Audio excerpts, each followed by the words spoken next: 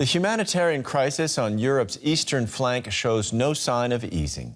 Poland is pushing back multiple groups of migrants trying to get over the border from Belarus. Those who make it across, mostly young families from Iraq, are left to face harsh winter conditions out in the open.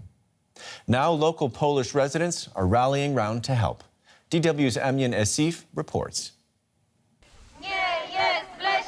A person's place is not in the woods, they shout. Mothers from around Poland have come to the border region near Belarus to show their concern for the crisis unfolding here.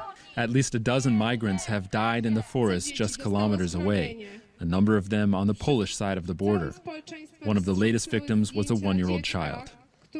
This is so close to our home, yes, it's only 3 hours by car, yes, from Warsaw.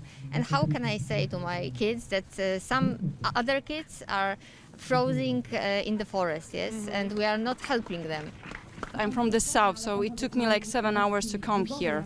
But this is my first protest I've ever taken part of. So this is something that I felt that I need to speak about, and it needs to be said.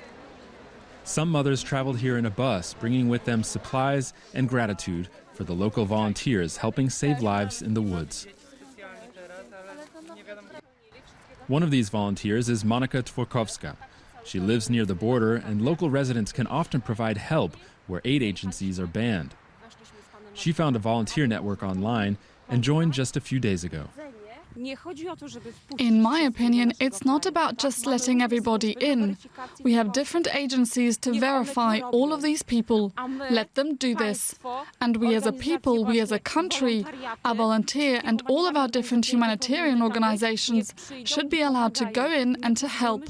We cannot let those people die in the woods when they are freezing, hungry, thirsty, sick. This is not humane. The Polish government says that if it were to welcome the migrants with open arms, this would play into the hands of Belarus's alleged plan to destabilize the EU. But it's clear that this hardline policy has had casualties, and more tragedy is sure to come as winter approaches. And our correspondent, Amien Essif, joins me now from Hajnówka on the Polish side of the border. Amien, why is it easier for locals to help the migrants hiding in the forest than it is for aid organizations, for example? Well, Nick, Poland has essentially built a second border around its real border with Belarus. There's checkpoints along the road so that people can't get in, people like journalists, civil society. But local residents can pass through if they live on the other side, or if they have an ID showing that they live in the area, then there's lighter restrictions on them going into the restricted area and out of the restricted area. As I said, as a journalist, we have not been allowed into this restricted zone, and that goes for aid organizations as well, like the Red Cross and the UN Refugee Commission.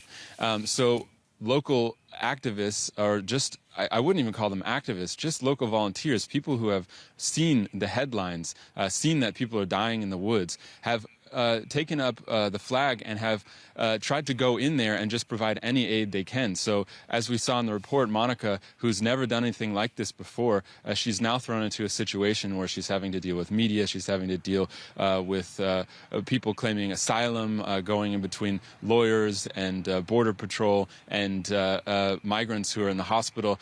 So she's overwhelmed, but she says that this is something that she couldn't just let happen on her doorstep. Yeah, and I think, watching those mothers, you could hear the compassion and anger as well, I think, in their voices, clearly moved by the idea of children having to spend the night in the forest and occasionally, some of them even freezing to death. Do you think that feeling is going to spread through Polish society? Are these protests changing how the population is feeling? I think for sure the protests are an indication that the Polish are seeing this a little bit differently than they did a few weeks ago. And that's because the situation has changed, at least how it's being reported. So in the beginning of the crisis, Poland's their line was that the humanitarian crisis was happening only on the Belarusian side. And that was more true a few weeks ago than it is now, because Lukashenko has ordered that the camps be evacuated along the border. A lot of those migrants who are trying to get into Poland have been brought to shelters and only trying to cross at night. So what you see now is that this double border, this no-go zone on the Polish border, on the Polish side of the border, has become an open-air prison for people who have crossed the fence but have not yet been picked up by police. And that's where we're seeing a lot of the recent deaths happening, including a one-year-old child last week. So I think these headlines have started to change opinion, and that's why you saw this protest. This wasn't a protest that's been long organized by long-established aid groups and activists. This was something that really brought mothers from around the country. We talked to people from Krakow, people from Warsaw, and also people from the local area. And I think we can understand the reasons for their mobilization. Very dramatic and tragic pictures you've been sharing with us. Thank you, Amien Essif in Hajnówka, Poland.